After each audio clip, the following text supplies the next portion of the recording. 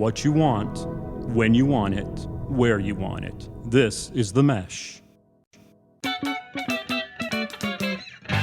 Foot Candle Films. Film news and reviews from two guys who really like movies. This episode is brought to you by the Foot Candle Film Society. For a schedule of upcoming screenings and membership information, visit the Society's website at www.footcandle.org. Hello, everyone, and welcome to Foot Candle Films here on the Mesh.tv podcast network.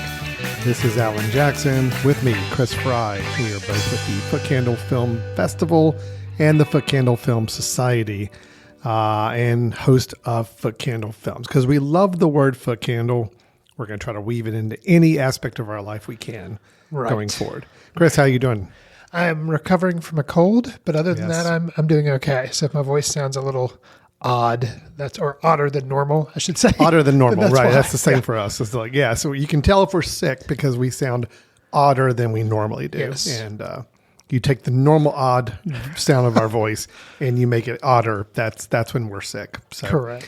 Yeah, well, glad hope you're feeling better. Glad to have you back here at the table for our film review and discussion show. Just for anybody who's first time joining us, we at least one film every time we get together we have a in-depth review of, and that film for this episode is going to be the latest film starring Annette Bening and Jodie Foster. It is Nyad, based on the true story of athlete Diane Nyad.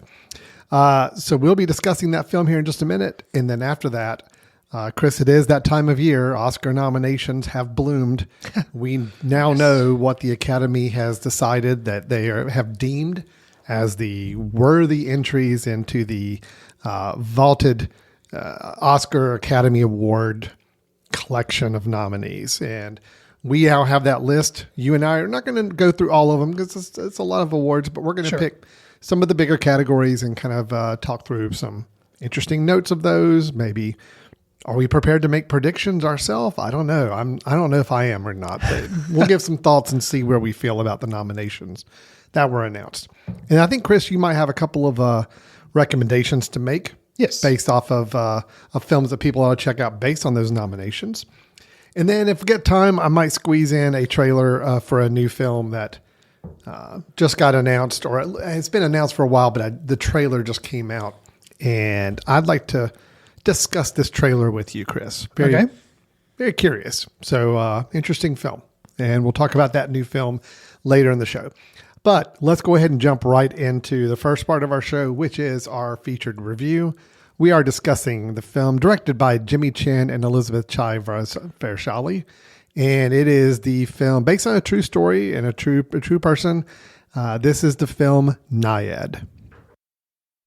Listen to this. Tell me, what is it you plan to do with your one wild and precious life? Don't you want to be fully awake?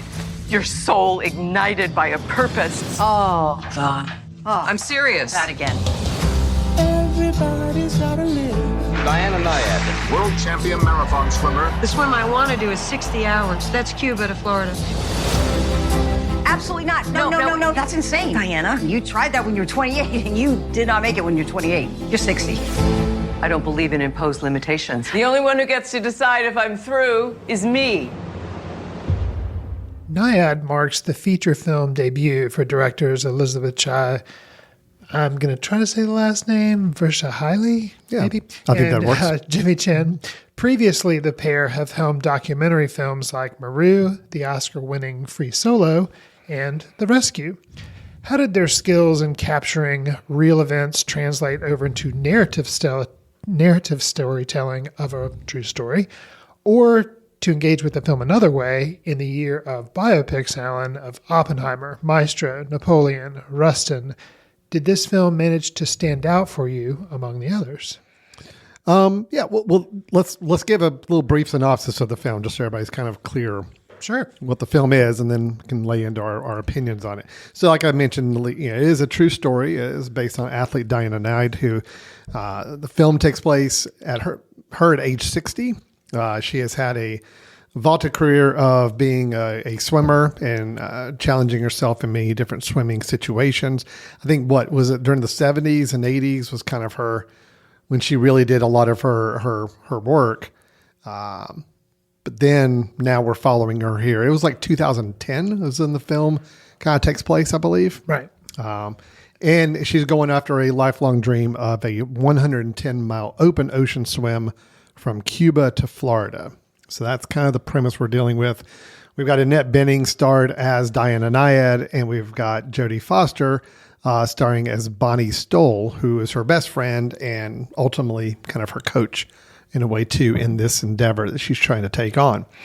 So, Chris, your question was, how did these directors do? These directors better known for typically documentary work. Yeah. Free Solo's one I know we have talked about on the show in the past. It's an amazing film, amazing documentary. A lot of their documentary work has been very featured on nature and environment and travel, just a lot of those kind of visuals that they put into place. I'll say this about this film, Nyad. I don't think they've quite got the non-documentary style narrative quite down pat, because I thought this film was a little weak in areas where it really is just dealing with people and dealing with story. But when it comes to actually depicting the closest thing that you can have to a documentary in this film is the scenes of Diana Nyad, played by Annette Bening, swimming and trying to deal with the challenge she's put in front of her and all the things they're having to contend with. When those moments hit in the film really sings, and I really feel like the film was interesting to watch. I wish the stuff out of the water had been as good. I felt it was very routine. I felt it was a very by the numbers, pretty straightforward, nothing too interesting with this dynamic relationship between Diana and Bonnie. Acted very well. I thought it was a well-acted relationship and the dialogue's good. It's just, I don't feel like the movie really found its footing in that side of the storytelling. But again, once we get in the water and all the scenes where we're having to deal with the actual mechanics of how she's going to try to pull this feat off, I thought a lot of that, with some exception, worked really, really well. So I'm kind of mixed on this film. I did find it to be enjoyable enough, interesting enough, but I felt like it just story-wise, it fell way too much into the typical trappings of biopic stories and the way they decide to roll that story out over the 2-hour running time. So what's your thoughts on Nyad, Chris? What do you think? So kind of echoing similar thoughts of, this film was the narrative debut, as I mentioned, and I have seen lots of their work. The 3 titles I mentioned, I've seen all 3 of those. And the most impressive of those for me was The Rescue, which came out semi-recently. And I think I even recommended it on the show. You did. And that's the one about the divers that were able to save the young boys from the soccer team that had gotten into a cave that was flooded. And they did some reenactment footage of that where, I'm assuming Jimmy Chin and, the Elizabeth Chai Rashali, like they had to do some diving and they had to do some, because I think he also works kind of as a cinematographer on their films. So I could really tell like that, obviously I recommended the film, and that one's amazing, The Rescue. And I could see how that translates into getting the cinematography and the shots they got for Nyad, the in the water footage and her swimming, and just, I could see kind of like, maybe as directors, they were pulled to this story because, hey, this is something amazing this person did. Oh, we're perfectly suited to shoot this because we shoot we knew how to get in the water, get the shots, make everything look, good. So I can see why they were pulled to that story. Interesting that you said the things in the water kind of worked for you, and the things mostly, and the things out of the water, that's where you felt like they struggled. And for me, and I appreciate, like you said, you called out the performances of Annette Bening and Jodie Foster, and I thought they were good. But what held me back, and I think you can say this for a lot of films that you go into that are based off real people. Diana Nyad, she's a tough person, and you spend 2 hours with Diana Nyad. I was unfamiliar with her before watching this film. I knew nothing about her. And she's tough, not always likable, gruff. Seems to be somewhat of a egotist. Oh yeah. This is, I know nothing about her other than what I saw in this film. And it was tough for me to spend time with Diana Nyad. And actually, interestingly enough, my parents, I talked to them recently, and they said they'd started watching this film and they stopped about 30 minutes in because they were like, we did not want to spend 2 hours with Diana Nyad. We just found her, we didn't like her. And I'm like, I get that. Yeah. And they actually said too, they said, and we credit Annette Bening with like giving this portrayal of somebody, you can tell she's driven, you can tell, but like, okay, I don't want to spend that time with you though. Now, all that being said, I also credit Annette Bening with, of course, no shocker to anybody listening to this. This is, we've said, it's based on a true story. So do you make a documentary or do you make a narrative film about somebody who tried this over and over again and never succeeded? No, probably not. The reason the film was made was, hey, guess what? She finally did it at 60 years old. So that being said, you kind of know the end point of the film, what's the natural end point. I will say the moment where I kind of said, okay, now I'm truly glad that I watched this film, other than to review it with Alan, was Annette Bening kind of gives a 3 things speech when she comes up onto the shore. And I'm like, okay, not only have you redeemed the film for me, but you actually kind of, you made me change my mind about Diana Nyad. Yeah, and I'm like, okay. And that was the whole point of the film, I think, in a way. I mean, the film is based on a autobiography. Sure. So obviously you've got to take that with a grain of salt about how much of the, but to make herself heightened for the narrative film. Sure. I was impressed to show yourself as someone that really frustrated everybody around you and really annoyed people and had a hard time keeping relationships with anybody. It was, I mean, you knew that needed to be the development of the film, is we had to get to a point where there was some acceptance of others and some embracing of more of a team approach to doing this. And we got there. And I will say, I thought the ending was good. I thought the ending was really effective. I think I liked the latter part of this film so much more because it was all in the water. Yeah. Okay.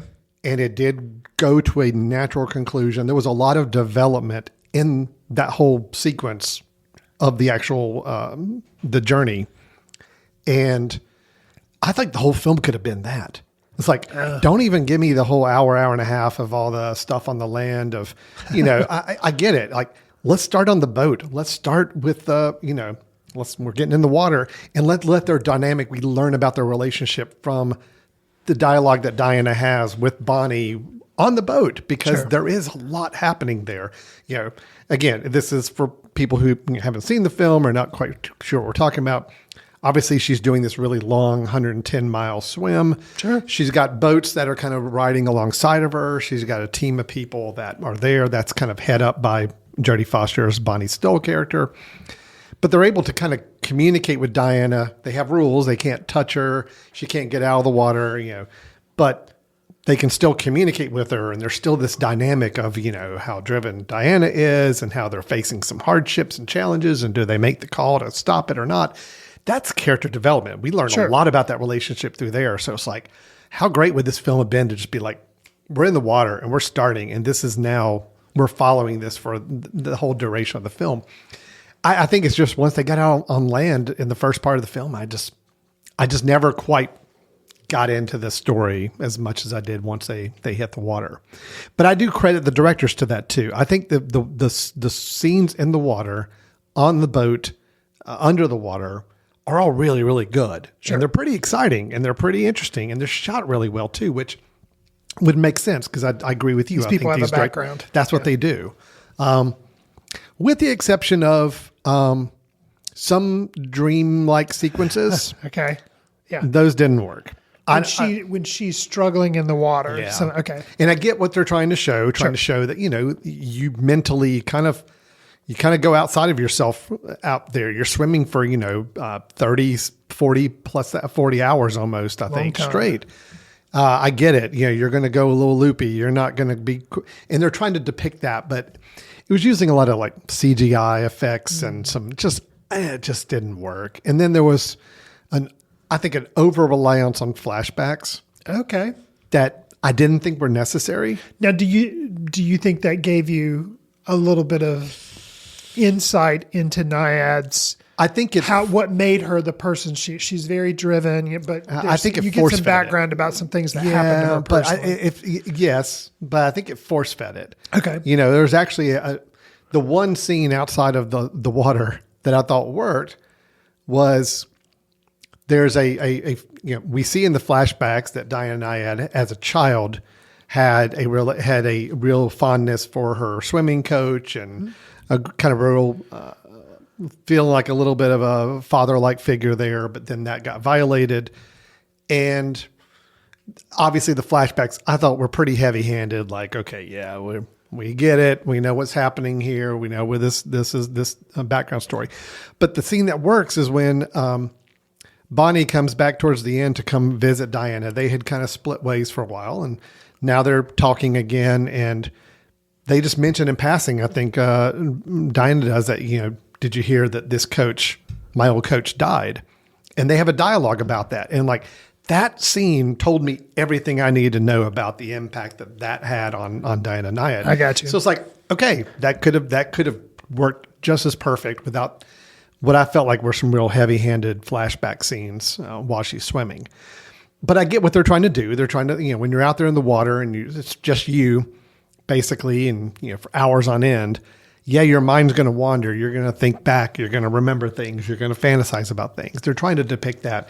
I didn't feel like it was necessary, and I didn't feel like it worked. But everything else out in the water, I mean, there's a shark sequence, there's jellyfish. Oh my gosh, I'm scared to death of jellyfish now. So, I mean, it's some pretty intense scenes and well made and well done. So I'm really mixed on this film. I think there's really good potential there. I think the performances are really strong, but I just wish I didn't feel like I was watching such a routine biopic when we're not in the water. It's like when we're not actually trying to perform this feat.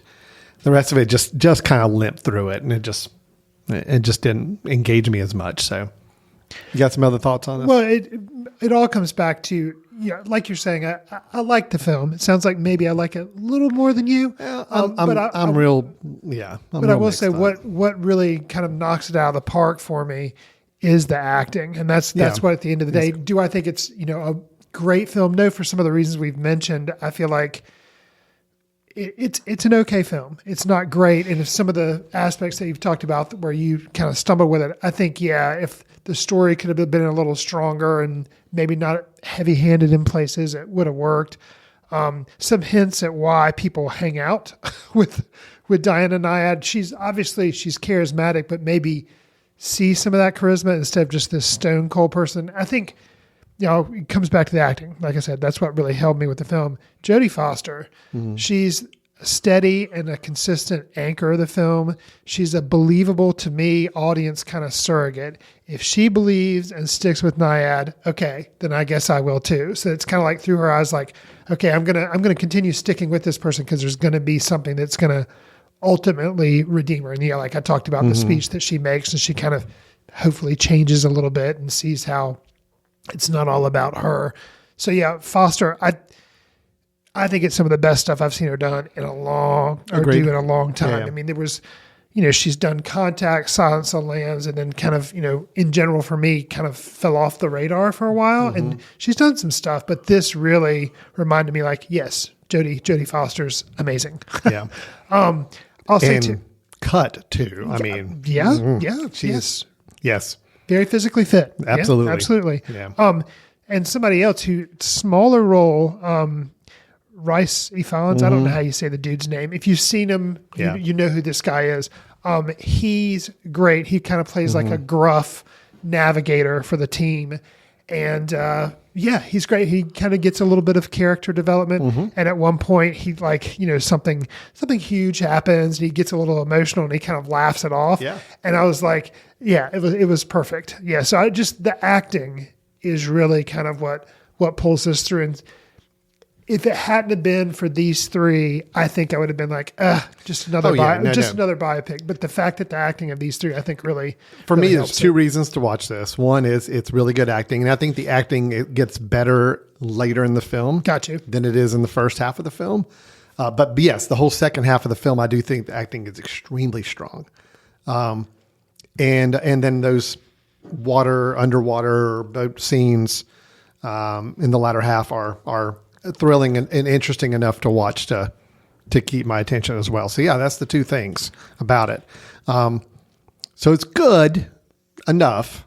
I just, again, I think I just feel like that the falling into the biopic trappings that the story took in the first half there wasn't a lot to it. It was a lot of well, we have to go do this, and now we're going to have to do this, and this is why we're doing this now, and this is why this is important now. It's like just a lot of telling and explaining relationships, which I know these biopics do because they're trying to cram you in with as much as they can to get to whatever it is that person's famous for doing that we're going to see. And it just, I don't know. I was really groaning the first half of this film. I'm just like, oh no, I don't like where this is going. But by the end, I'm like, no, it's redeemed itself. It's good. It's made it work. And it's those two aspects that we talked about. So that's good. I'll tell you one little thing that I just thought was a really clever note. There's a lot of use of music throughout the film. And we understand that, singing to herself, Diana Nyad kind of singing to herself, or at least mentally singing to herself, like kind of while she's swimming, is kind of something she does. Helps kind of establish like a rhythm. That's right. How she's doing stuff. And the fact, they use popular music that is music that you would assume is music she probably liked and would listen to or think about. But then we actually get to hear Annette Bening as Diana Nyad, her voice kind of subtly woven in, singing the songs as when they're out in the water. I'm like, okay, that's a nice touch, just to give us a little bit of a soundtrack, but we're actually hearing it kind of in her ears. In her head. Right, the way she would be singing it to herself. I'm like, little touches like that just made all those sequences work really well for me. And then visually, there's some shots I thought were just great where the camera's halfway in the water, halfway above the water, and just kind of flowing and you're just really seeing, okay, I really get a sense of what this whole situation is like, and I get a sense of what she's going through. It was great. So I think they depicted all that extremely, extremely well. And, I'm going to, just talking about it, Chris, I've come out a little bit more positive than I did starting into this conversation. Sure. I still feel like it's an okay film. I wish it was better. But it got pretty close in the latter half. So, yeah. Great. Anything else to say? No. Any other comments you got?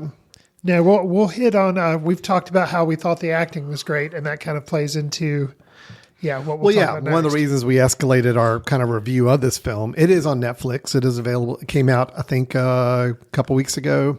Been a little while. Yeah. So it's been out a bit, but it did get some Oscar nomination love. We'll talk about here in a minute. So we did want to kind of bring that up and have our review to coincide with that. So, Chris, what we'll do is we will get ready to take a little break. Nyad is available on Netflix for anybody who wishes to see it now. I'm sure it's going to be rising up on the watch list ever since the nominations have come out. And, of course, since our review. They're going to get the foot candle bump on that, too. So I expect that to happen the minute this episode drops. Absolutely.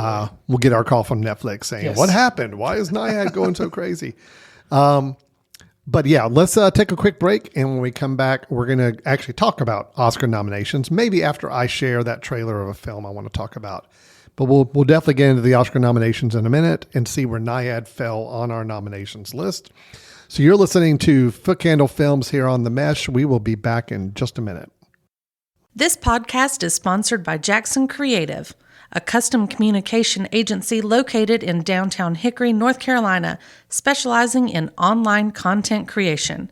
To learn more, visit thejacksoncreative.com. Jackson Creative, we tell your story. Welcome back to Foot Candle Films here on the Mesh.tv podcast network. Alan Jackson and Chris Fry with you again. We had our review of the film Nyad, which is available on Netflix in the first part of the show. Me, a lukewarm review. Chris, slightly higher than me. Both of us, it wasn't perfect, wasn't great, but a good enough film, and has some reasons for people to watch it for sure. So, Chris, I want to, before we get into our Oscar talk, which we are going to do in here in just a minute, we do like to bring up films that we come across as kind of our trailer. We call it our trailer tapas, just because tapas, the little morsels you get, when you kind of compile different things and you get a little taste of different dishes. We call trailers our version of tapas because the trailer gives you a little taste. I know that you and I have been a little on the fence about watching trailers because trailers can build up expectations, can maybe sometimes spoil too much information about the film. And I get that, but I do want to bring up a film when I feel like, or trailer when I feel like this is a film that looks to be very interesting and has not been something I've been privy to before. And now a trailer's come out, and now I'm really curious and fascinated by the film. And luckily, I don't think the trailer always gives away too much. I don't remember with this one if it does or not. I have seen this trailer.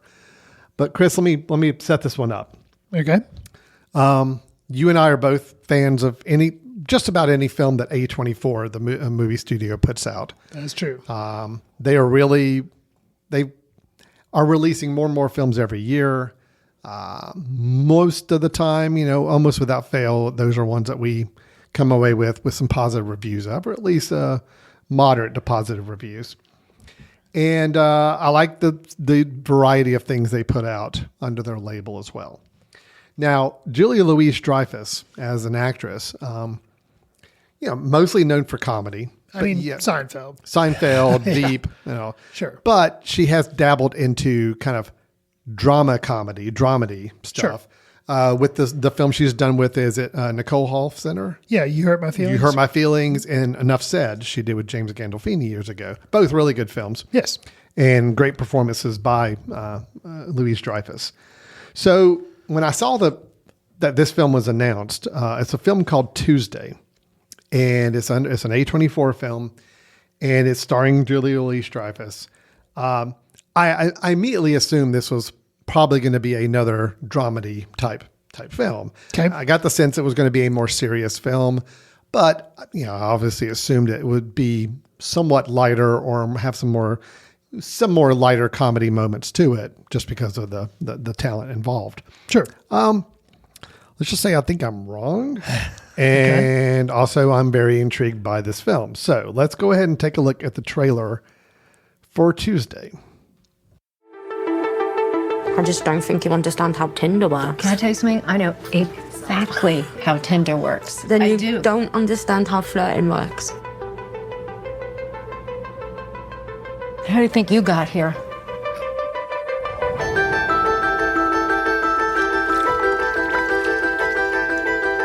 It hurts. Where, honey? Everywhere. So for those listening on the audio podcast, that voice you heard, that was not Julia Louis-Dreyfus or an actress playing her daughter, was a parrot, a giant parrot. Do we know who the voice was of the parrot? I don't. Okay. No. So question, Chris. Was it what you expected? And from the very little setup I gave you on it. Sure. And immediate thoughts just in seeing this trailer. It looks incredible. Maybe. Although, a lot of people were hoping You Hurt My Feelings would actually garner Julia Louis-Dreyfus an Oscar nomination because I really liked her performance in that film as well. This could be the film. Maybe. Hadn't come out yet. I haven't seen it. But based on the trailer, because it is such a stretch for her, she does, you heard the trailer, she does kind of make a joke. Maybe she does get to use humor a little bit, but it obviously is a very dramatic role. A woman with her daughter who is ailing, who is sick, looks like has a terminal disease, and the mother coming to terms with that. Yeah, it looks like it's the type of thing that would be nomination worthy. That's going to make an impression on people. Looks pretty good. I'm also curious, which I didn't catch in the trailer, because yes, it may have gotten a little dusty in the studio or watching the trailer. I didn't catch who's playing the daughter. So the daughter, whose name is Tuesday, Okay. and it was played by Lola Pettigrew. Okay. Unfamiliar to me. Yeah, I'm looking to see if there's anything. She was in the movie She Said. Okay. As the younger version of one of the characters in that. That was the one about the, it had Carey Mulligan. Right. It was reporters researching kind of the Me Weinstein, Too type kind of the thing, Weinstein situation. Yeah. Right. So she had a smaller part in that, it looks like, but she's done a lot. She's been in a lot of things, but not anything. Well, and I think this could be what people refer to as a breakthrough performance for her, because obviously, or so it seems, it's going to be a lot of shared screen time between this mother-daughter, and I'm assuming she's going to have a pretty big part in it as Tuesday. So yeah, it could be a Oscar nomination performance possibly from Dreyfuss, and then maybe a breakthrough performance for the actress. So it was not on my radar at all. I had not heard of it, and I am now anticipating it. So the parrot was voiced by RNZ Kenge. Yeah. Unfamiliar with him as well? Unfamiliar, but he's also done quite a bit of work. Okay. And then, of course, I think I mentioned the director, first-time director. Okay. Dina Onunuska Pusik. Okay. And she's done shorts. I should take it back. She has directed several shorts, but first feature-length film. So this will be her debut. Yeah. Got you. So we will certainly see with that how this comes together. It just looks. It was not what I expected. Yeah, sure. And I think that's something about A24. I tend to like a lot of the stuff that they do. I guess basically because a lot of times when you look at films that are different, A24's kind of had a hand in it. And they've had a lot of success. Obviously, Everything Everywhere All at Once was like, that got a bunch of awards at the Oscars. That was a really huge hit for them. But they continue, and a lot of times it's first time directors. A lot of people, they'll give their chance. So yeah, I mean, that's, I'm looking forward to it. Can't wait. Yeah. All right. Well, that is the date on that. They're saying a release date is looking to be, I'm looking to see where it is. Because the trailer just said coming soon. Yeah, so I it's didn't see. August. Oh, wow. They did an early one on this. Well, now I wonder if they're kind of thinking, oh yeah, this is going to be good. So they're actually pacing it in August. Right. Yeah. So it comes out probably limited release in late August and has, a little more attention September, October. Got you. Yeah, that could be part of the plan there. We will certainly see. I'm rooting for Julia Louis-Dreyfus. I'd like for her to get some more attention in the motion picture world. Sure. And I think she's got the caliber to do it. So excited to see how this film comes together. Hopefully the trailer is not doesn't spoil too much. Doesn't spoil too much, or it is not quite the caliber of the film. We'll see. Sure. Or a higher caliber than the film itself. We will certainly see come August about that. And I'm assuming it's a theatrical release because A24, and I know they've partnered with Apple on some direct releases before, but... And they've done TV shows as well. But generally speaking, their stuff typically goes to theaters. So, yeah, I feel like... Well, and promoting it this far ahead to me definitely feels like that's their goal. So. Yeah. Okay, so you mentioned the word Oscar and Academy Award a couple of times in your analysis of that trailer. It's on the brain. Obviously, we had that in our conversation about Nyad as well. So let's go ahead and jump right into the fact that the Academy of Motion Pictures has released their list of nominations for the Academy Awards for this year, based on all the 2023 films. So, Chris, this is the 96th annual Academy Awards, and really we were getting that close to 100, but that'll be interesting to see in a few years. Yeah. Let's talk over kind of the bigger categories. I'm not saying that to belittle any other category. They're all extremely important awards, but the ones that typically get a little more attention, a little more talking, and I think also ones that we're probably a little bit more equipped to give our opinions on. Some of the other categories. I've never been someone who can give a good analysis of what makes for a good sound mixing or sound production but I obviously respect the award that they're giving out because people do some amazing work in the films there. But let's focus on the categories where we feel like we can at least be a little knowledgeable and be a little more analytical about it. The big six, so to speak. Let's do the big six, okay? Big six categories on this. Let's start with, I'm just kind of going in an order here. I'm going to start with actor in a leading role. Okay. We're going to do that. I think mine are in alphabetical order here, so I think that's where it's coming from. So let me read out the nominations there and just want to get some thoughts from you on this. We have Bradley Cooper nominated for actor in a leading role for Maestro, Coleman Domingo for Rustin, Paul Giamatti for The Holdovers, Cillian Murphy for Oppenheimer, and Jeffrey Wright for American Fiction. Any surprises there? Or anything you were kind of well, I taken mean, aback by? I think the locks. Cillian Murphy, Oppenheimer, no surprise there. Pleased, but after he won the Golden Globe, Paul Giamatti for Holdovers, pleased that he got it. I can see that. I guess if there was a surprise, I would definitely say I'm happy to see it. Jeffrey Wright for American Fiction. Mm-hmm. I'm pleased.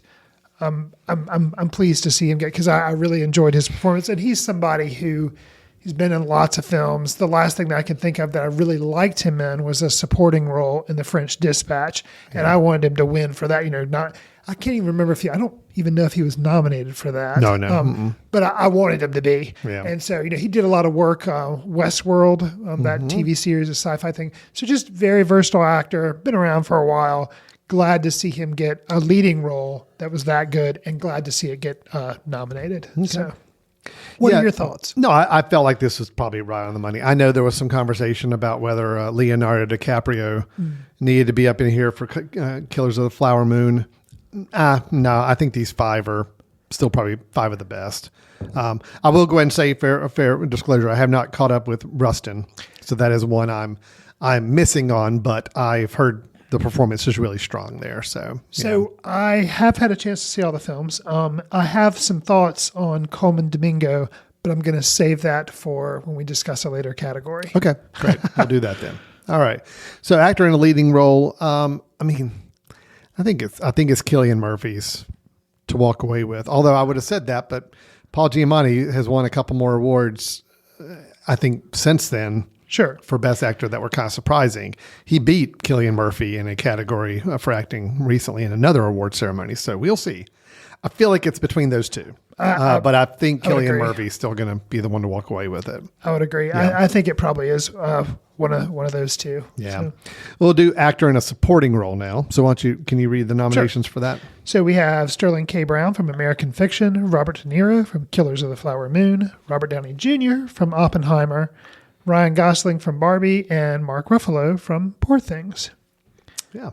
And again, I don't feel like there were really any surprises here too. I think Sterling K. Brown was a little surprising. I'll say that. American Fiction in general, I feel like didn't get a lot of buzz. I saw it. I liked it a lot. But it just, I don't know if the release just wasn't, I don't feel like there was a lot of buzz in it. So, but critics liked it. Yeah. But then I don't think there was just a lot of natural audience buzz or awareness of it. So for it to get in both of these, kind of surprising. Kind of surprising. I feel like with this category, I think everybody kind of expected Robert Downey Jr. is my pick and my favorite in this list. I do really, really, really, really like his performance in Oppenheimer, and I think this could be he's won a couple of awards already for it. I think this could be a year to see him up on the stage for this one. I know there's a lot of love for Ryan Gosling's Barbie performance, which is great, and I'm glad he got a nomination. But I think Downey's kind of knocked it out of the park with this one. That's my take. What's your thoughts on it? I will mention some things, but again, I need to hold my commentary for something. You're making us. You're teasing and waiting to build up. So I have some Coleman Domingo thoughts, and you have Barbie thoughts. Is that what I'm hearing? Yeah. Yeah. So okay. It was. I mentioned surprise for Sterling K. Brown. I will say Ryan Gosling in this category. If you went into the Wayback Machine for our review of Barbie that we had on the show here, I was wanting Ryan Gosling to be put up for actor, but politics and things that okay, he's supporting. Like, he is Ken. So I get it. But yeah, you think of anyone else doing Ken. Yes, somebody else. But just something about him doing it. I can't imagine anyone else doing Ken. So I'm not belittling Robert Downey Jr. When we reviewed Oppenheimer, yes, I thought he was really good. And if you're giving credence to the category, definitely more of a supporting role. Mm-hmm. I feel like it would be between those two, Robert Downey and Ryan Gosling. So, no, I could see that.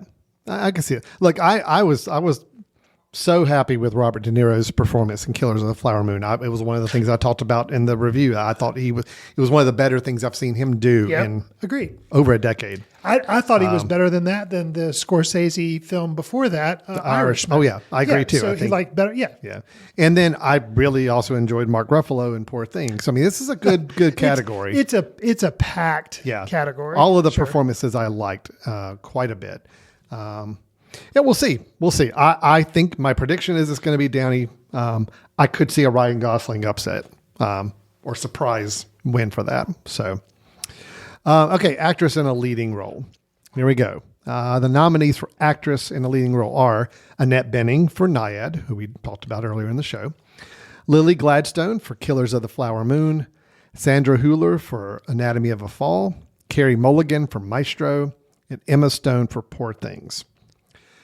In this category, Chris, I have my prediction of I think who's going to win. I have my preference for who I would like to see win.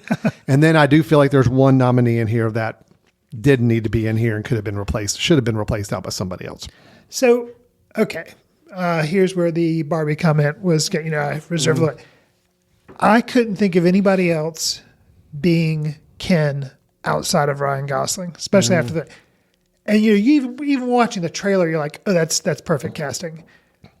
Margot Robbie as Barbie. Like, I can't think of anyone else pulling that off the way she did. And I just So is it? Yeah, I'm not stating anything the internet has not already been on fire. And let me play the controversial devil's advocate internet troll guy here. Okay. Yes. Okay. I get your point.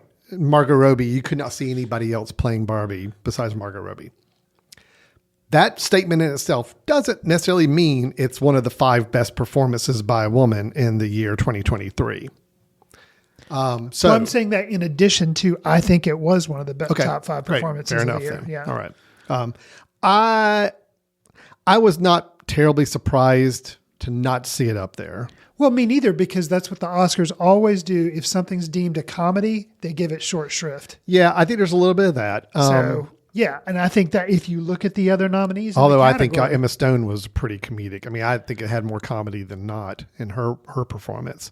I will say Annette Bening was the one. I didn't think that was one of the 5 best. I would have been happier if Margot Robbie had been there instead of Annette Bening.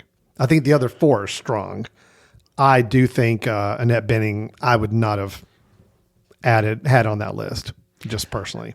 She's good. Well, but again, I mean, we're talking the top 5 out of hundreds of films and performances throughout the year. That's the thing is when it comes down to this. That's why I like to mention typically the way when we have these discussions, it's like surprises about people that made it on, and like they're celebrating that because seeing Oscar snubs is when it comes to nominations. That's a rabbit hole that if you go down, you'll never get out of. Right. Yeah. So it's like, yeah, you're right. There are so many films, and you're talking about out of all these films, these are the best 5. Well, who knows? But it is a surprise to me because, I mean, honestly, I'll just throw it out there. Because Barbie made so much freaking money. Well, there's that too. Because of that, it is a surprise to me that Margot Robbie is not on this list. Now, yeah, it's like, well, then who would you knock off and all this kind of, but yeah, I was a little surprised. I was a little surprised too. Again, I do feel like Annette Bening, strong performance, good performance, but I would not have given it a top 5. But at the same time, I also do feel like Margot Robbie's performance compared to the other 4. I'm just going to go ahead and say, I think these other 4 are the 4 strongest performances we had by a woman actress in 2023. Lily Gladstone, I think she's going to win it. It's just my prediction there. Sandra Hüller, really strong. Carey Mulligan, I loved her performance in that role, but I just don't think she has enough. I don't think that film got enough buzz and enough love from other groups for me, to make that work. I almost could see that as a supporting performance. It does border more on supporting. And then Emma Stone, that's my prayer. I would love to see Emma Stone win it because I think that was the best performance by a woman in 2022 or 23. But we'll see. I just really love Poor Things so much, and it was all driven by her. She made that film work. So we'll see. I think Lily Gladstone is going to win it, and well deservedly so. I think she's really good too. Yeah, I think she probably will. Yeah. Unless every once in a while this can happen. Body of work type thing, and Annette Bening comes out of nowhere. No, look, I'm not going to be shocked if Annette Bening walks away with it because you're right. Body of work, she's portraying a real person. It's a much more, hers and Emma Stone's roles are a little more showy performances. Right. Okay. Lily Gladstone, Sandra Hüller, Carey Mulligan, their performances are a lot more understated. Right. It's not big showy performances. They're good, but just not showy. Right. And sometimes the Academy Awards does go for the showy performances. Right. So you're right. Annette Bening could very easily pull out a surprise win on this. Yeah. Okay, let's move on to actress in a supporting role. You want to knock those out for us? Sure. We got Emily Blunt from Oppenheimer, Danielle Brooks from The Color Purple, America Ferrari for Barbie, Jodie Foster for Nyad, and then Divine Joy Randolph for The Holdovers. So I have some controversial thoughts to share on a couple of categories, and this will be one of them. Okay. And I'll follow up with my Coleman Domingo thing. Even though this is the actress category, Okay. Go ahead. I don't think this was the strongest category for nominations in general. I'm someone who does not think Emily Blunt's performance in Oppenheimer was all that. Okay. Just going to go ahead and lay that out there. I was really happy to see Danielle Brooks for The Color Purple. I think that was a well-deserved nomination. I think that was really good. America Ferrari, Look, I credit her performance with the writing, which I want to talk about in a little bit. Okay. I think screenplay wise, yes, she was given a very, very good role with some really, really great dialogue, but I don't know if her performance quite measures up. That's again, I'm being controversial. I'm throwing some fire. I've heard other people. I'm throwing some fire out there. I've heard other people Chris. sling those arrows. So yeah. We talked about Jodie Foster for Nyad. I think she was really good, but is she award-winning good for that film? I don't know. And then here's my biggest controversial take. As much as I love The Holdovers. Oh, Alan. As much as I love that movie, more than you can imagine how much I love that movie. You've seen it 5 times. I've seen it 5 times. I don't think I don't think that performance is the best of the year. So I'm kind of stuck. Actually, out of these 5, who do I think really pulled off the best? Probably Danielle Brooks for The Color Purple. I would give it to that. She's not going to win it. I mean, I think it's going to be Divine Joy Randolph or maybe Emily Blunt. I think that's the 2. But I'm saying Danielle Brooks was I think the best performance I saw. Wow. Anyway, like I said, I'm just here to throw some fire on the pot. Yeah, you are the controversial stirring person. it up. Look, we don't get the hits and the listens, Chris, unless we have to push some buttons here. Right. Okay. Well, I would totally disagree. I think Divine Joy Randolph was amazing, and out of those 5, she is who I think will win, should win, and want to have win. Yes. Okay. Now Fair I'll enough. follow that up with Danielle Brooks is the other one from this category that I really think was great. So I'll be happy if either one wins. Yeah. Honestly. Now this is I didn't mention this in the supporting actor category, but that's so Coleman Domingo for Rustin. Mm-hmm. I've seen the film. He's good in that, but I think his performance in The Color Purple as what's the guy's name? Mr. Yeah, I was some generic name. Yeah, he plays Mr. in The Color Purple. You think he's better in The Color Purple? I think he's better in A Color Purple than he is in Rustin. I mean, good performances in both, but as far as like strength of performance, I really think he could have been. I'm sad to see that he wasn't nominated for his supporting role in The Color Purple, but glad to see that Danielle Brooks was. Yeah. Okay. So fair enough. yeah. I do think this category is interesting because I all predictions are Divine Joy Randolph is going to win because she's been winning every other award for Best Supporting Actress. Did she the Globes? Did she? Yeah, I think she did. Yeah. Yep. But I don't know. I'm very torn on this category. I'm mixed and I'm very contrarian in my opinion on that. Well, Emily Blunt, like her a lot as an actress.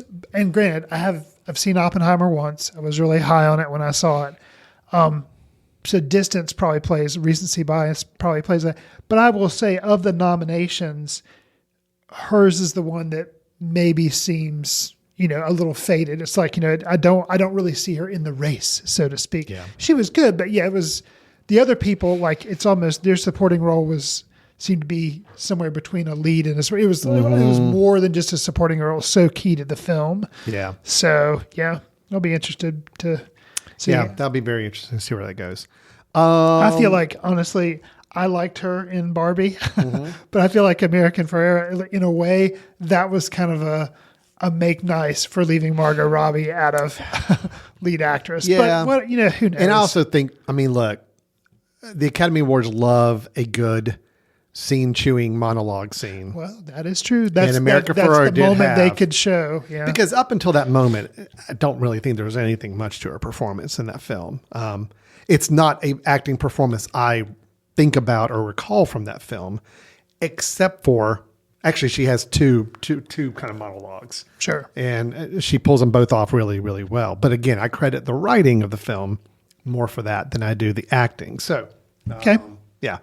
And look, I like America Ferrera. I think she's great. I think I've always enjoyed her in TV shows, Superstore she did. What is the one? Ugly Betty show she was in. Traveling Sisterhood, Traveling Pants of the Sisterhood. I forget the name of that. Anyway, she was in that as well. Of the Traveling Pants? That's it. Maybe? I got the words in the wrong order, but that's it. She's really good. Okay. Just there were better things about Barbie than her performance. I guess I'll leave it at that. Can we go to directing? Yes. Okay. This is Best Director or Directing Award. We have 5 nominees for this. We have Anatomy of a Fall by Justine Triet. I think I'm saying that right. Triet. Yeah, I think so. Killers of the Flower Moon by Martin Scorsese. Did I say that right? Yes. Okay. Well, people say Marty, but yeah. Marty Scorsese. People who know him. Right. So yeah. Oppenheimer is Christopher Nolan. Poor Things, Yorgos Lanthimos. And The Zone of Interest, Jonathan Glazer. So Chris, yes. This category has come under some fire for having some Barbie bias. What many people are saying it was a quote obvious miss, which was not having Greta Gerwig on here for directing Barbie, the biggest movie of the year, cultural touchstone, recognized in a few other categories already, but not in directing. Given the 5 nominees that we do have, Chris, what's your take on that? Do you feel that is an oversight, or do you feel like they got 5 strong ones and she was just outside the bubble on this? For the same reason that I feel like I was shocked that Margot Robbie didn't get in Best or Lead Actress. I'm surprised that Greta Gerwig didn't get a nomination for directing. I really, really am. For example, Poor Things, Zone of Interest. Zone of Interest we haven't reviewed on the show. Jonathan Glazer, I like Under the Skin, one of his other films he's done. Zone of Interest, it didn't really impress me directing-wise. The film overall wasn't that high. And it's not a bad film, but just wasn't, I'm not with a lot of other critics who just were really on board with it. Poor Things, Yorgos Lanthimos. I'm not as high on that film as I have been on some of his previous ones. The things that stood out were Ruffalo and Emma Stone, not the direction. So again, kind of surprised that snuck on here as well. So yeah, not having space for Greta Gerwig, but having space for Lanthimos and Jonathan Glazer, a little surprising to me. Okay. Notice I'm not saying it's a surprise of Scorsese, who could direct The Telephone Book, and probably, but all right, Killers of the Flower Moon was good. So all right, throw a little gas on the fire here a little bit. I'm with you half of the way there. Okay. So I am going to go ahead and say this, and Maybe I will not give my email address out at the end of the show or any way of reaching out to me so I don't get any hate mail on this. You think not having Greta Gerwig was completely justifiable? Okay. I don't see Barbie to me worked on so many levels, but I don't look back at it and say that the directing of that film is what worked for me. It was acting and primarily it was writing. Okay. I think it should win best screenplay. Absolutely. I think Greta Gerwig wrote an amazing script for this film. And I think that the conceit of the film, the dialogue of the film, all the writing is wonderful. And it should win every writing award possible given to Barbie because it was the best written film of the year. I don't always think that translates to direction. I mean, to me, it's easy to look at the directing category and say, okay, well, what film's the best picture of the year? Which film is the best written of the year? Which one's the best acted of the year? And then it's easy to just kind of assume, well, that must mean it was the best directed. And I don't always feel that way. I think direction is its own craft of taking those elements and how do you express it in a way that just works. And I feel like all the awards should go to writing and production design and some of the acting for Barbie. But directing, I'm okay with it, with Greta Gerwig not being on that list for that. I mean, again, there are hundreds of films released every year. These are 5 that you have to get down to. People are going to be left out. Really good stuff's going to be left out of the 5. Her directing's good, but I feel like 4 of these 5 are better. Now, the other half I'll agree with you on is I totally agree with you on Jonathan Glazer for Zone of Interest. I don't think that should be on the list. I'm actually, it's not that I didn't like that film. It just didn't work for me the way it did work for some other critics. And I don't think direction was the thing that made that film work for critics either. So I'm a little disappointed it's up there, but I am a champion for the other 4. I think the other 4 are really, really good directing. I don't know. That's my controversial take. I'm okay with Greta Gerwig not being on that list. If she had made the 5th slot instead of Jonathan Glazer, I'd be totally happy and totally fine. But I also get it why she didn't. And I know it seems like a slight and the internet's upset about it and people are upset. I get it. I mean, everybody's going to be upset about something. I mean, we have 5 slots to fill out of hundreds of films made. Right.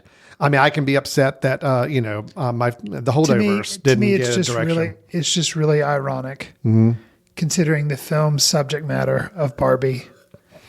And the patriarchy is just really ironic. That the things that we award for Barbie are just best picture overall, which does not go to the director, the producers of the film, which I don't know if she's a producer or not, but basically and you give Ryan Gosling and it's just like, okay. And granted, okay, screenplay, but that was also done with Noah Baumbach, dude. So the things that you touch on other than American Friar, so it's just ironic, but you're right. Thousands of films every year. It's just surprising that didn't make it. Yeah. And I tend to live in my little perfect utopia world where, these judges and people making these votes are not biased by gender or not biased for whatever. I'd like to believe that. And I have no idea of knowing and getting in the heads of these people if they were influenced at all. It is a shame that, yes, 4 out of the 5 directors are men. It is a shame that, yes, Barbie, the biggest film of the year and bigger than just box office, just culturally biggest film, didn't get some of the nominations for its lead female leaders, direction and actress. That is a shame. I get that. But again, I mean, if I really want to look at this holistically and say, all right, what were truly the 5 best directing jobs? Okay. I mean, I get it. Yeah. I mean, is it right that just happens to be 4 out of 5 of them were men? Maybe, I guess, I mean, sure, I could make a case for that.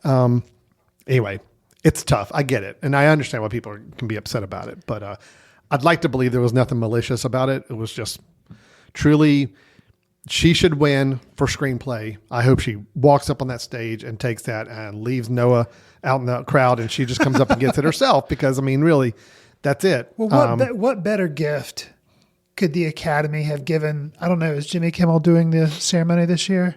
I believe so, yeah. So what better gift could they give Jimmy Kimmel than a joke for his monologue that'll go over like gangbusters. And I'll go ahead and give it to you right now. The opening monologue, he's like talking about, and congratulations to Greta Gerwig for being nominated for Best Adapted Screenplay for Barbie. Great film. Who knew those films don't have to be directed like that? And basically like giving her credit. They'll cut the camera, she'll like say thank you, and then slam the Academy for not like, what better joke? Like, so they've given Jimmy Kimmel a gift. So but who knows? I know. Who knows? I have a hard time being up in arms about quote snubs. Sure. When hard to say. film is getting, Barbie still got, I think, the most nominations across categories. Oppenheimer got the most. Barbie is close second, though, I think, with number of nominations. The Barbie movie's gotten like so many nominations. That is awesome. That is great. I get it. It's a shame it's not for these two leading females that kind of drove the project. Is a shame. But I kind of get it a little bit. Okay. Well, yeah. All right. Yeah. Again, that's just opinions there. We're flirting. What category do we want to do next? So the last of the big six is Best Picture. Oh, yeah. That one. Forgot about that. Best Picture. So you want to tell us the 10 nominees for Best Picture? Sure. So we have American Fiction, Anatomy of a Fall, Barbie, The Holdovers, Killers of the Flower Moon, Maestro, Oppenheimer, Past Lives, Poor Things, Zone of Interest. So Yes. I'll say, out of all those, pleased, and that, this is one that I, snubs, but I'll say surprised and glad that American Fiction made the list. Yeah, that one. It would have been a surprise for me, 3 months ago if we were predicting this. And in the last month or so, I've heard a little bit more buzz build up about it. Director's first feature. Yeah, but look, it's great that it made the list. And got 2 other nominations as well. Nothing on this list was a surprise to me. Like now that we're down in the home stretch here. I'll give another one that's a surprise. Okay, what's the surprise? American Fiction. Oh, Past Lives. You're going to say Past Lives is a surprise, right? I'm going to pile on. Yeah. Apparently, controversial take for me is that I wasn't that big on that film. Sure. Not that I'm saying it's a bad film, but it got nothing else. Everybody except else for writing, I think, right? Everybody else, yes, it got original screenplay. Yeah. So everybody else is all about Past Lives. Saw it, thought it was the kiss of death. Fine. Mm-hmm. But surprised that Past Lives made the list. Surprised that American Fiction made the list, and pile on some of the hate for Zone of Interest. Not hate, but just kind of ambivalence. I knew it was going to be nominated, even though it was not one of my favorites. Well, the only reason I would have guessed is because it made it onto the directing list. Yeah. So if you're going to make it on the directing list, usually I think you're also nominated for Best Picture. There. Yeah. So, I wasn't surprised at the end of the day by any of these. I was a little surprised in Past Lives getting a Best Picture nomination, but not getting anything else. Other than writing. Would I have liked to have seen the lead actress nominated? Sure, but I'm not going to say it was one of the top 5 best either, although it might have replaced Annette Bening, and I would have been okay with that. Okay. So, not really any big surprises there, but where do you feel we're going? Are we going Oppenheimer? Is that going to be the end game, or is there going to be a surprise? Obviously, we're not going else? Barbie. So that would be a losing thing to think that, because I think there's not enough support through other. It won't win Best Picture. No. So I would think probably Oppenheimer. Yeah. I think Oppenheimer's going to take it. Still do. And it's one of those things where Oppenheimer could end up kind of it being a sweep maybe for that year, because Nolan's been nominated but never won for like Best Director. So that's true. We actually didn't give our prediction on Best Director, but my prediction is Oppenheimer's Best Picture, Best Director, Actor, Supporting Actor. Yeah. Okay. That's going to be it. Yeah. I think it's going to. Yeah, I think that's where it's going to. I think that's where it's going to fall. Interestingly enough, so we'll just these were the categories that we said that we were going to discuss, but we're kind of semi discussing other categories in the midst of doing it. It's interesting to me that Oppenheimer is up for adapted screenplay. It was adapted. I get why that one is, but in that same category, Barbie is actually nominated. And originally, Barbie was being sold by Warner Brothers as being an original screenplay. And then they backed off that. And then, like on all their marketing material, it said best original screenplay. And they changed their mind and they went to adapted, which I was like, dude, you're going up against Oppenheimer trying to make, I don't know. It'll be interesting to see. I think adapted screenplay is going to be a really tough. Well, I'll say category. this, as technically strong a film is that Oppenheimer is, I don't think it was the best written film. I think it was an overwritten film. I think I think part of the skill of writing is knowing what to put in, what not to put in, and I think Oppenheimer just is all over the place writing wise and a little too much overwritten. No, look, I normally don't get passionate about these categories, Chris, but if Barbie doesn't win writing in that category, set fire to the streets. Just like we'll go burn it down. No, I'm joking. I do feel like that was the best screen. I've been saying that since day one when I saw the film. It's an extremely well written film. Just the concepts it's covering, the discussion it raises, the dialogue, so well written. So that's where I'm like, yes, it has to walk away with writing. Absolutely. If it wins more than that, great. But it has to win writing because it was the best written film. And yeah, putting it in adapted screenplay is a little bit more challenging, but I'll be really bothered if Oppenheimer beats it in writing. It's just, that should not happen. I didn't know if agreed. I hope Barbie does. But with what may be a tsunami of wins for Oppenheimer, I wonder if it could get wrapped up in it. And I'll be disappointed if Oppenheimer wins. I just don't think that's the award it should walk away with. Gotcha. It's got a good case to make for the other awards I mentioned, but not writing. Okay. Now, even writing original screenplay, that's May December is a film. I know you weren't as high on it. I did like it quite a bit and was really surprised it didn't get really anything else other than original screenplay writing. And then my film, The Holdovers, got in the original screenplay category as well, along with Maestro, Past Lives, and Anatomy of a Fall. That's a tough one. I don't know where I was going to fall with that one for original screenplay. I'd love it to be The Holdovers, just because I think the screenplay is what drives a good bit of that film. But I'm actually surprised they're kind of running all over the categories. Yeah. Kind of surprised Alexander Payne didn't get it for directing a nomination. Yeah, I was because a little bit. I would have much rather seen that than Jonathan Glazer for Zone of Interest. I would have been much happier with that. But at the same time, I also get it. The Holdovers is not an overly directed film. It's a fairly cut and dry standard film from a directorial standpoint. So I kind of get it, but I would have been happy if Alexander Payne had been up there for sure. Yeah, I don't know. There's a couple of categories that are going to be interesting. I think original screenplay is going to be interesting. Adapted screenplay, yes, it has to be Barbie. It cannot be anything else but Barbie. Right. Best picture and half the acting, I think, is going to go to Oppenheimer. On the actress, supporting and best actress, I think there's a lot more play. I think there's a lot more guesswork where that's going to go with those two categories. So give me a hot take, Alan. Yeah. Is it possible? Tell me it's possible for something other than one of the Barbie songs to win for original song? No, it's not. It's not possible. Sorry. I mean, really, no hot take here. It's going to be Riot in the Streets if it's The Fire Inside from the movie Flamin' Hot, which I've seen the movie. I've never heard anybody humming that out on the street. Right. You've got I'm Just Ken, and you've got What Was I Made For, both from the Barbie movie. Right.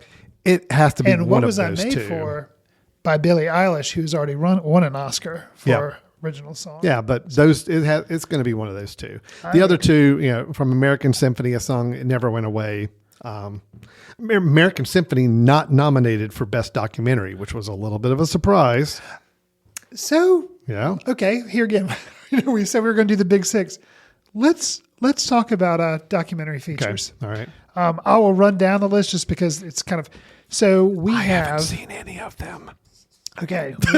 So I'm going to rely solely on you on this one, Chris. So we have Bobby Wine, The People's President. I have not seen it. Eternal Memory. Have not seen it. Four Daughters. Have seen it. To Kill a Tiger, haven't seen it, and then 20 Days in Mariupol, have seen it. So of the 5, I've only seen 2. Mm-hmm. And I've heard this critique amongst other movie critics actually celebrating it. David Ehrlich was the one that I saw call it out. He said, in a year where there are a lot of documentaries about famous people, specifically the Little Richard documentary, which I saw, loved, recommended here on the podcast. And then did we review it? I think we did. The Michael J. Fox. Both of those, loved them. But he said in a year when there were so many of those, he was pleasantly surprised to see documentaries about like subjects and world events that happening, to see those highlighted and put up for, instead of, I guess, knocking down the Oscars or something. He said, hey guys, good job on that.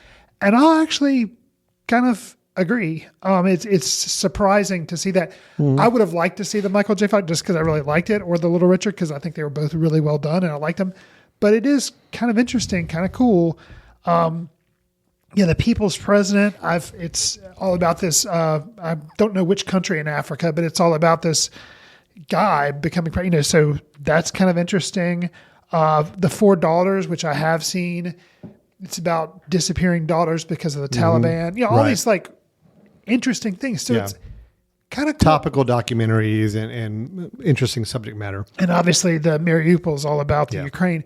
I'll say way back when I was in middle school and I would stay up late to watch the Oscars, what I would watch the Oscars for wasn't the speeches, but it was to hear about movies that I'd never heard about. Yeah. And back then that happened a lot because, there wasn't the internet. And so nowadays when we watch the Oscars, I've usually heard of all the movies. So it's kind of just like, oh, who thinks it's win? And then you do watch it because maybe a speech is really cool and it's cool to see an actor, have a good speech.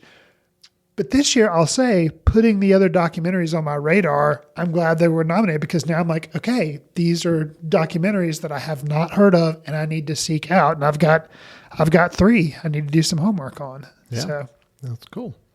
Now, I did think the documentary feature category was interesting in that it was 5 relatively unknown films. Yeah. The ones I think all the buzz was about was that American Symphony. The John Batiste film was going to be. Yeah, that's another kind of documentary about him. And it's good, but yeah. So that's where we kind of roll back to our conversation about original song. That's why I'm saying I don't think that's going to be one that wins. And then we have a song, which look, I love the music from Killers of the Flower Moon, but having as a particular one single song from it nominated, I thought was a little odd choice. Yeah. I think overall it's got a good chance of winning best original music score for the film because the score is amazing for Killers of the Flower Moon. Robbie Robertson's score. Yeah. But having the song, I don't think that was a great. So yeah, it'll be one of the 2 Barbie songs. So which will make me happy. Let me get on my little soapbox, which I think I've gotten on before whenever we talk about original song. Oh yeah.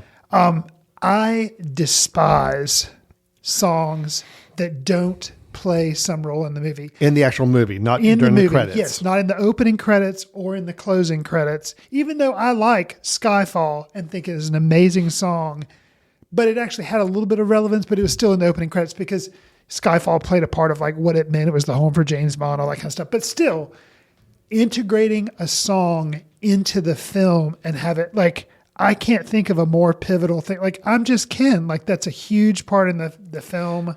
Yeah. And like, yeah, well, for original song, I want it to be something that like, I don't know. I want it to be actually essential to the film. I'm with you on the closing credits. I do not think a closing credits song ought to be considered as a best original song for a movie. I completely like when agree. It's paired with the action that's going on screen. Opening credits to me, I think it could work. I think about, it's not an original song, so I'm not saying it should have belonged there, but the song that plays at the beginning of The Holdovers, it plays in the opening while credits are going on, but it is a song tied in. It ties into the film and it works. And so I think opening credits are a little hit or miss, as far as whether original song could be counted, but I'm totally with you on closing credits. Yes, it has to play. If it's in the opening credits, like the James Bond Skyfall, it just has to be integral to the film in some way. And I think the Skyfall opening credits song was, because it's the James Bond opening. That is a part of the film. That's, but yeah, if it's a song that cues up right when the credits start at the end, the end credits. Like, no, that's not a song that I used to hate it when they would sell that song as being like a song on the soundtrack for a movie, and it's like becomes a big hit. And then you go to see the movie and it's like, you don't hear that song until final credits are playing at the end. I'm like, oh, that sucks. That's not part of the movie. So, anyway, yeah. I'm with you on that. Okay. I'm with you. Anyway, yes, it has to be one of the two Barbie songs. I would agree. I think it'll probably be What Was I Made For, just because that was already winning some stuff. And it's more of the messaging behind that song is a much stronger. And it is in the film. It does it's not a credit song. It's in the film.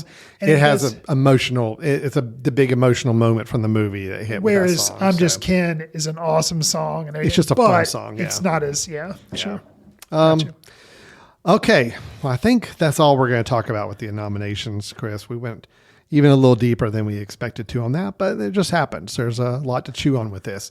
The award ceremony is going to be March 10th. So we will definitely be recapping after that show to find out how our predictions went. What do we think? I mean, you and I will both be officially filling out a ballot in the coming weeks. So we will be locked in, and that's where we say our predictions are going to be. So then when we get past the ceremony and we see the winners list, then you and I can get on our two microphones here and explain and admit to the audience what we actually had selected on our ballot and how many we got right or wrong compared to the actual winners. Sure. So, all right. Good deal. Well, Chris, I know that you've got a couple of recommendations to share, or at least some quick recommendations to make that are related to the Academy Award discussion that we just had. Yes. So I'm going to turn it over to you to wrap up the show for us. What are some recommendations you want to share with our audience for their film going experiences? So actually, and it has to do with, hopefully you'll fill out a ballot to do a Oscar nomination or, winners ballot contest maybe. And this will help you in that pursuit, because what I'm going to do is recommend 3 films that can be watched for free on YouTube. And there are 2 documentary shorts. One is The Barber of Little Rock, and the other one is, let's see, what was the other one? The Last Repair Shop. And both of those can be found if you just go to YouTube and you Google, one's the New Yorker YouTube and the other one's the LA Times YouTube. But both of those films, you can watch the full thing up on YouTube. So Barber of Little Rock and Last Repair Shop, both good documentaries. And I actually think, it'll probably end up being one of those 2 winning. Nice. Haven't seen all the nominees, but I'd be surprised because they're just both really strong. And the other film I'll recommend is from the live action short film category. And it's there again. It's on YouTube. It's New Yorker. You can find it on their YouTube channel. And it is Night of Fortune.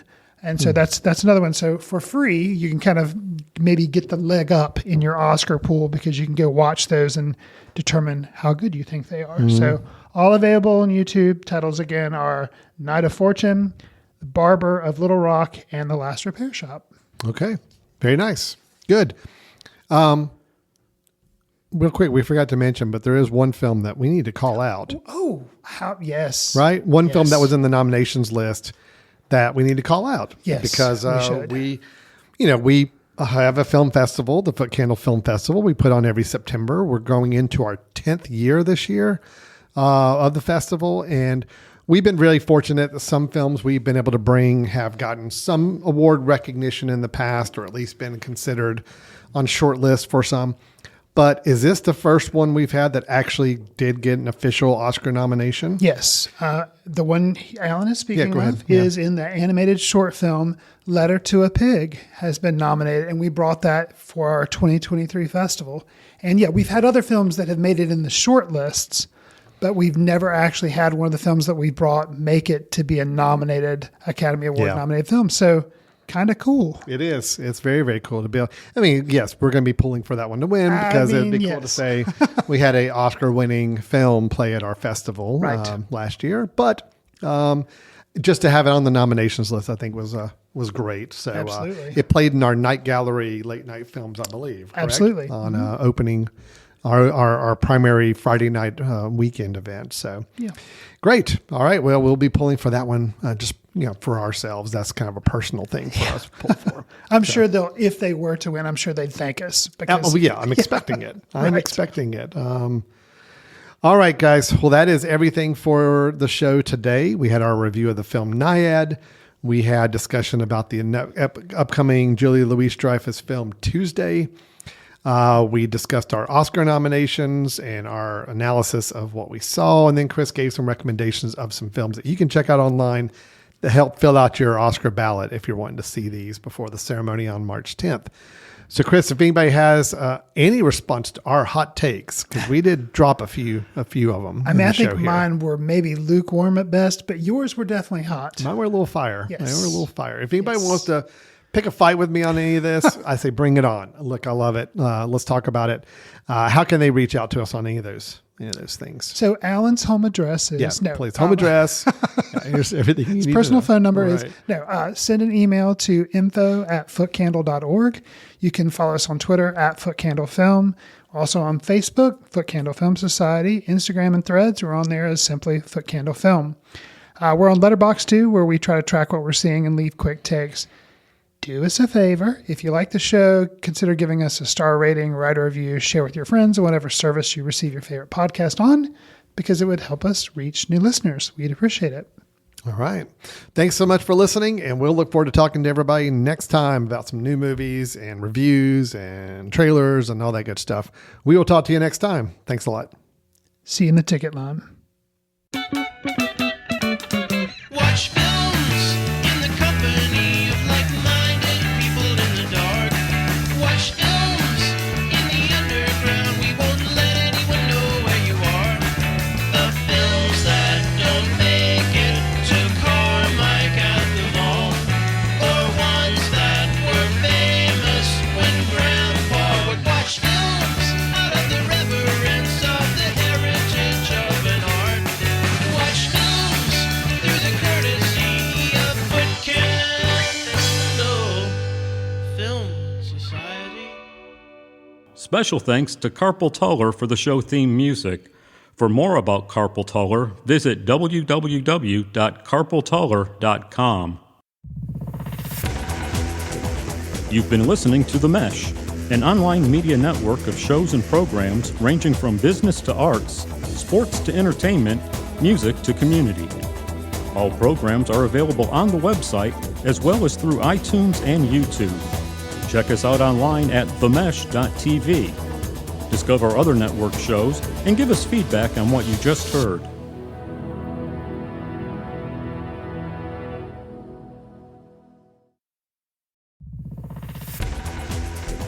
You've been listening to The Mesh, an online media network of shows and programs ranging from business to arts, sports to entertainment, music to community.